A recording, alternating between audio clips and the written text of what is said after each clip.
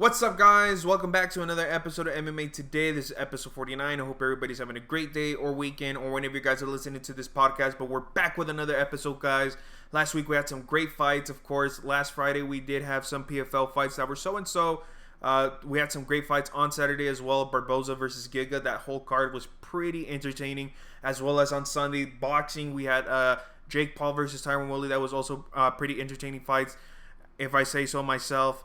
But this week we only have one fight card that I understand. We will have Derek Brunson versus Darren Till. This is a really interesting card just for the main event. You know, Brunson and Till, they're both fighting for that shot for the title against Adesanya. So this is going to be a big fight for the middleweight division, as well as we do have some MMA announcements to break down. So I really don't, right now we're going to jump into this Giga versus Barboza fight. I really don't want to talk about the PFL fights, and I will talk about the Jake Paul situation and all that stuff. After I break down this card, I just really wanted to talk about this card because overall I really enjoyed it. You know, Dustin Jacoby versus Darren Stewart was a really great fight. I really wanted Darren Stewart to win this fight. You know, they call him the dentist. He was an underdog, but you know, after his loss against Eric Anders, I think, if I remember correctly, I really thought Darren Stewart was gonna come back strong, but Dustin Jacoby did an amazing performance, put on pressure, connected Darren Stewart several times to get the job done. That was such a wonderful fight, as well as the Sam Alvey versus Wellington Turman fight. Hopefully I pronounce his name right. But that was a really interesting fight, just overall with the eye poke situation, taking 2 points away, and Wellington Turman getting the W. You know, Sam Alvey was not smiling at all, but screaming and yelling. So that was a really interesting fight, as well as the main card, the main event for the prelims. You know, Abdul Razak just did an absolute great performance with that 17-second head kick to the head. It was just crazy that he came back after getting knocked out, if I remember correctly. And, you know, just coming back with that much hunger in that performance, it was just a great way how he won. And it's great to see him back in the winning column. And, you know, he could make his little run with the middleweight division. He switched camps. We saw improvement. And overall, it was just a great fight. The fight that I was surprised the most was the Gerald Meerschaert fight. You know, he was the biggest underdog in that fight. You know, at plus 450, I really thought Mekhamed Murdoch was going to get the job done. He looked good in the first round, clipping Meerschaert multiple times. And I thought, you know what? You know, he's gonna knock out Meerschaert. And, you know, Gerald Meerschaert came up, took a couple of punches, but also delivered some punches, hurt Murdoch, as well as took him down to the ground and get the submission. So this is the biggest upset in this entire card, in my belief. But overall, great fight. The Kevin Lee versus Daniel Rodriguez. I told you guys last week that I really wanted Kevin Lee to win this fight, but I did seem that to be very difficult. I knew Daniel Rodriguez is a dog. I told you guys he just beat Mike Perry. You know, he's just being an active fighter because he hasn't really have a full fight camp. So to see Daniel Rodriguez, you know, even with another short camp, you know, it's just crazy to get the W against Kevin Lee because Kevin Lee is a beast.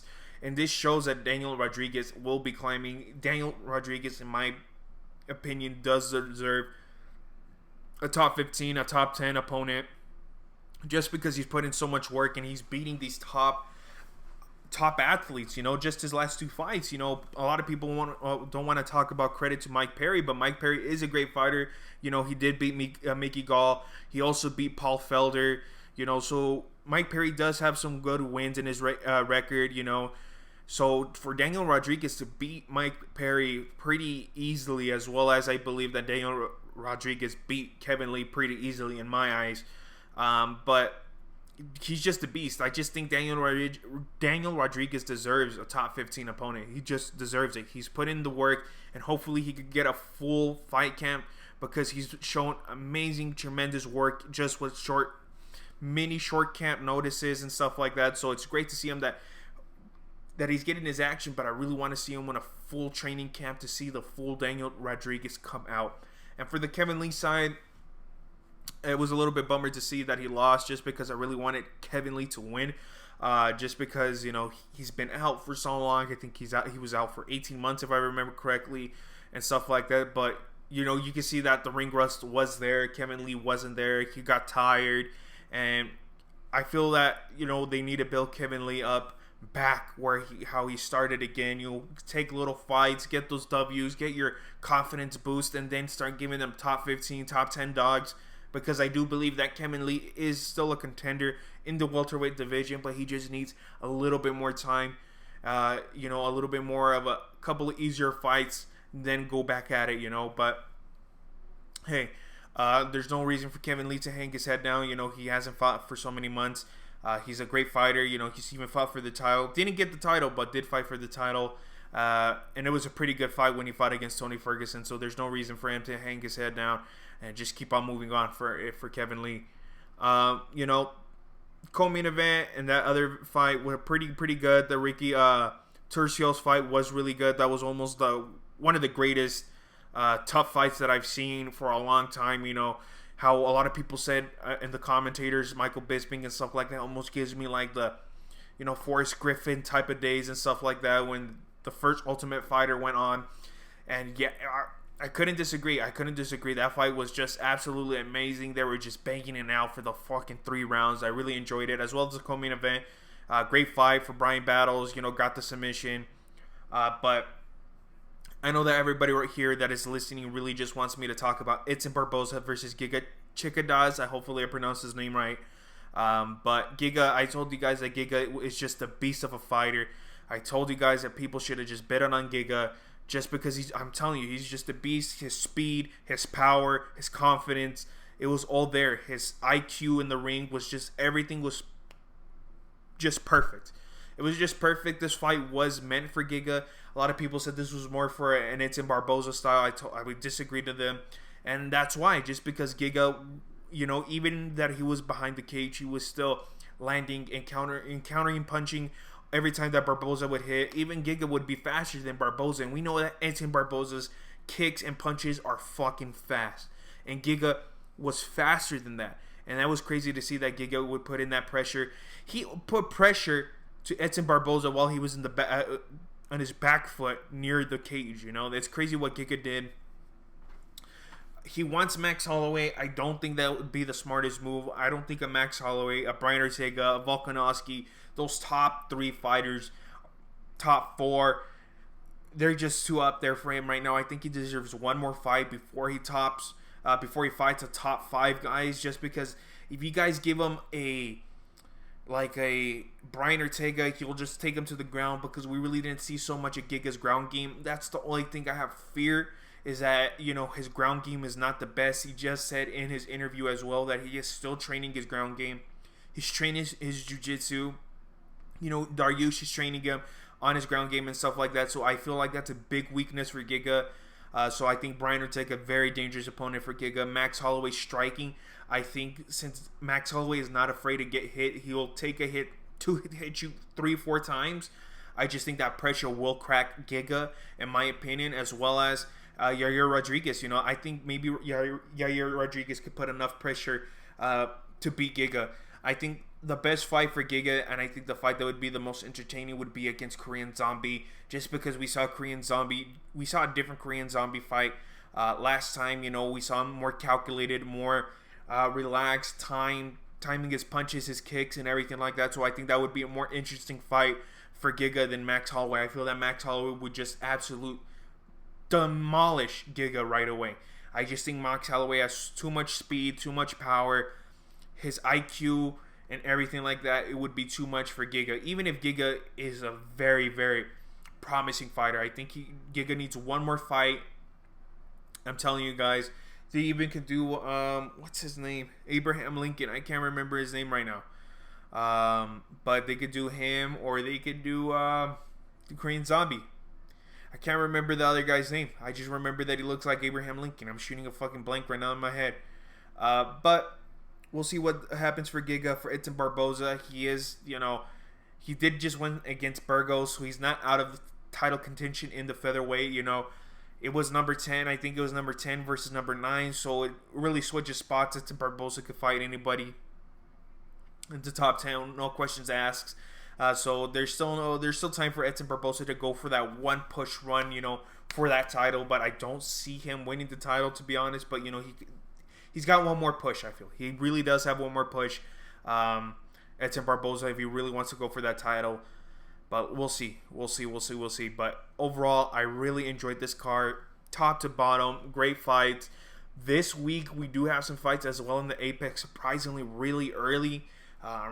It usually catches me off guard when UFC does these type of things, but it is what it is. But really, before we talk about this Brunson versus Till fight and completely this entire card, the Jake Paul versus Tyron Woodley guys, I really didn't talk about it too much about last week's MMA Today, but I knew that Jake Paul was going to win this fight.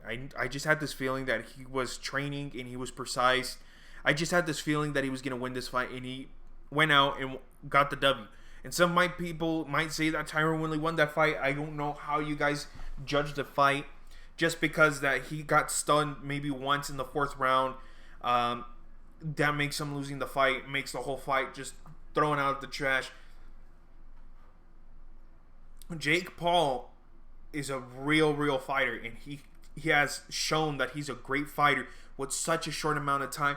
No, he's not going to be Canelo. No, he's not going to be Julio Chavez Jr. He's not going to beat those elite fighters yet. He can't. I don't think he ever will beat those fighters. But he did show that he has composure. He knows how to do his range. He counter-punched. He was a very smart fighter. He has a really great IQ, landing the jabs. His great footwork. He did get gassed out later in the rounds, but it's his fourth fight, and he's fighting Tyron Woodley.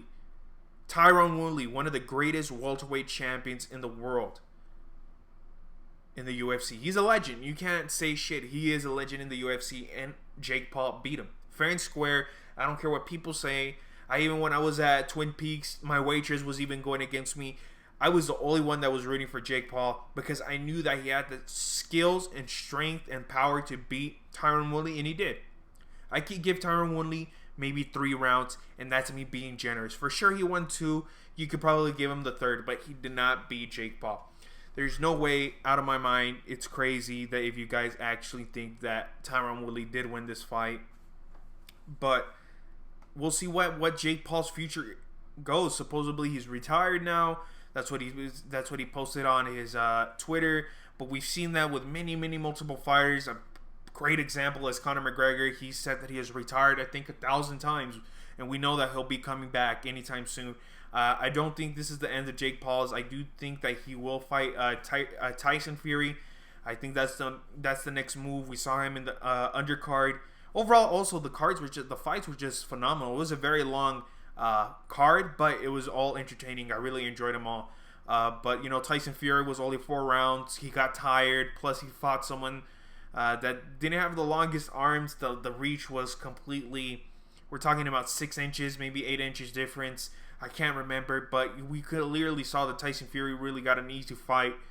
But he got an easy fight, and it made Tyson Fury looked pretty average, pretty while Jake Paul actually did put in the time, put in the training.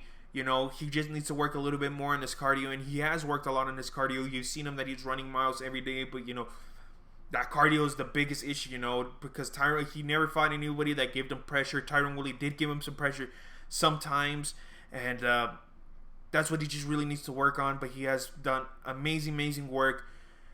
Just props to Jake Paul. You just got to give him props. He did an absolute great job against Tyron Woodley, and there's nothing else to say. You could hate him, you could do everything, but you got to respect his work ethic. He even told himself that he fought like shit. That's what Jake Paul said. He gave himself a C-. That shows that he's still trying to improve and try to become a better fighter. If he would say that he was that he smoked Tyron Woodley, this was the easiest fight of his life and stuff like that, then you have a problem in your hands. You know that this guy is not taking it that serious. But if a guy actually tells you and he's being humbled and saying that he did not do good, he felt that he could have done better and stuff like that, that's a dangerous opponent. And I'm actually quite excited to see when Jake Paul fights again, because I really enjoyed it. Some of you guys might think that I'm dumb or stuff like that. You guys know that I love the UFC so much with my heart and stuff like that. I just love MMA in general, but you can't take it away from the kid. You know, he did an absolute great job. And I enjoyed the fight. I don't know what else to say, but I really enjoyed the fight, guys. But let's jump into this week's fight card. We do have Derek Brunson versus Darren Till. I'm already going to tell you guys the main card. I think that's going to be the fight of the night. I feel that Darren Till will come up with pressure. Darren Till is the favorite, actually, even after he lost against Robert Whittaker and Kevin Gastelum, I think. I don't remember who Darren Till fought, but I know he hasn't won a fight for quite some time. If Darren Till could get the job done in spectacular fashion against Derek Brunson, that is on a 4-winning streak and has shown dominant performances, if Darren Till can knock him out or some way, submission or however, put on a great performance, Darren Till could get that shot for the title. That title shot is waiting for Darren Till. Darren Till just needs to fucking win. Darren Till could get the W. He's next in line. Fuck everyone else. They're not going to do the Cannonier fight. They're not going to do anything. They know that if Darren Till puts a great performance, knocks out Derek Brunson, he is next in line after Whittaker because Darren Till sells pay-per-views. Darren Till has the whole England behind his back and everything like that. He has Liverpool with him. And it's just, you know, that just the press conferences would be just absolutely amazing. Israel Adesanya versus Darren Till. All the shit talking that would happen. All the banter, all the tweeting, all the Instagram shit would just go bonkers. It would be one of the most sold pay-per-views that I would believe. Not the number one, but for sure in the top 10 most sold pay-per-view buys if Darren Till and Israel Adesanya will fight. Derek Till, you know, coming in with confidence, coming in with pressure. You know, he's won four of his last fights. You know, 4 out of 5. I'm pretty sure. I think he was only lost 1. He's in a 4-winning streak. He's won in dominant fashion. It's not the most entertaining fights. Derek Brunson, he really still gets clipped, though. That's the only issue with Derek Brunson. He does get clipped, and he really likes that ground game. So if Darren Till can stop those wrestling, you know, when Derek Brunson wants to go for that wrestling takedown and stuff like that, if he could stop those takedowns, Darren Till will win this fight. I'm picking Darren Till to win this fight. I feel that he's going to win this fight. It's just hopefully he could win because he has not won for the longest time in the world. We've seen that he cracks under pressure, but this time there's no audience. It's just in the Apex. It's really early. Surprisingly, it's going to be 2 p.m. Mountain Time. They're going to probably start fighting around 4, so in the evening, I guess. I just believe that Darren Till is just going to win this fight fair and square, guys. I don't see Derek Brunson winning this fight. I just don't see him. The only way that I can see him is just him taking down and doing what he's done with his last opponents. Just take him down, smother him, do those baby punches to the face, trying to rack up those punches. That's the only way that I can see that Derek Brunson wins. But I feel confident that Darren Till will get the job done and will get back on track and get the W. As well as your co-main event, we have Tom Aspinall. That is a great fight. I'm a huge fan of Tom Aspinall. If I remember, he's also from the UK, as well as Spivak. You know, this is a great fight for the heavyweight division. I do believe that, I'm already going to say it out, I do believe that Tom Aspinall will get the job done. We know that Spivak, I think that's how you pronounce his name. I'm probably butchering his name. We know that he really likes the ground game. He did that with Tai Tuivasa. He just took him down time after time again. So if Tom Aspinall can stop those takedowns, it's going to be an easy fight for him. He's a great striker. He has that knockout power. I'm really rooting for the English side, the UK side, as you could say, Darren Till and Tom Aspinall to win these fights, guys. As well, we have Alex Moreno fighting, so that's always great to see him in the card. But I'm surprised that we're seeing one light heavyweight bout that I'm really excited to see the fighters. Khalil Roundtree, I'm surprised that he's actually coming back. I thought he was done. I thought he was retired. I don't know his fighter. I really can't remember any time that he's fought. But Khalil Roundtree is the underdog at plus 135 against Bukasas. Dude, I don't know how to pronounce his name. I just completely butcher his fucking name. But I do believe that Khalil Roundtree will get the job done just because I'm a big fan of him. As well as we have some decent prelim fights. You know, we have Julian Erosa fighting. We know that Julian Erosa had a spectacular knockout. Then he's got knocked out in tremendous fashion. They knocked his out perfectly. So Julian Erosa is practically he's all in broke. He's gonna go in. He's gonna knock you out, or he's gonna get knocked out. I think it's gonna be a really entertaining fight. I feel a lot of people are really sleeping on Julian Erosa, and we'll see how that fight turns out. But I'm really surprised that this fight's actually in the prelims, not in the main card. It's the women's fight: Molly McCain versus Ji Young Kim. We know that Kim just lost to Alexa Grasso, if I remember correctly, to a very close split decision. McCain, she has won her great fights, but it's even money right here. It says they're minus 110. I do believe that Kim has a little bit more, more technique, more precision, more striking. I just think she's more well-rounded than Molly McCain, but we did see that she had a good performance in her last fight, so it's a really interesting fight. But I do believe that Kim will be winning this fight. If I was a betting man, I would just go with Darren Till and Aspinall to win. Just both money line. I think that's the smartest move, guys. Usually, I don't cover all the fights anymore just because, I don't know who I'm going to go for, or I need to do a little bit more research in the fight. But if you guys want to know who I pick, follow my Instagram. It's MMA Today Official. If you guys want to find out who I'm going for, I usually post it 5 or 10 minutes before the event starts.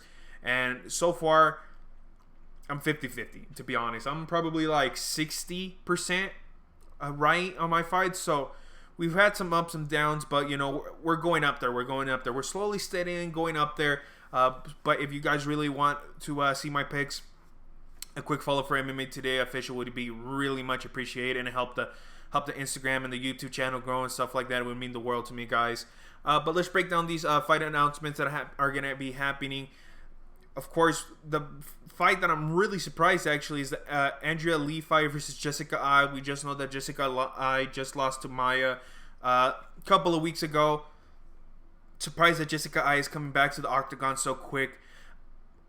Andrea Lee, the cowgirl, she is a great fighter. She has been winning fights. I do believe that Lee will get the job done against Jessica Ai at this moment. I just feel that Jessica's Ai, her time has come, her time has passed, and I think it's starting to pave ways now that Jessica Ai is just not going to be one of those top contenders anymore. It's just how it is, She's lost her last 3 fights, I remember, and I don't think she'll get this W against Andrea Lee. I think I don't think that's going to happen. I think Jessica Lee will lose by submission. I do believe that's how the fight's going to end. But in other news, a fight that I'm really surprised that's going to actually happen is Frankie Edgar versus Marlon Cheeto Vera. As you guys know, Frankie Edgar, the fight that they really wanted to do was Frankie Edgar versus Sean O'Malley.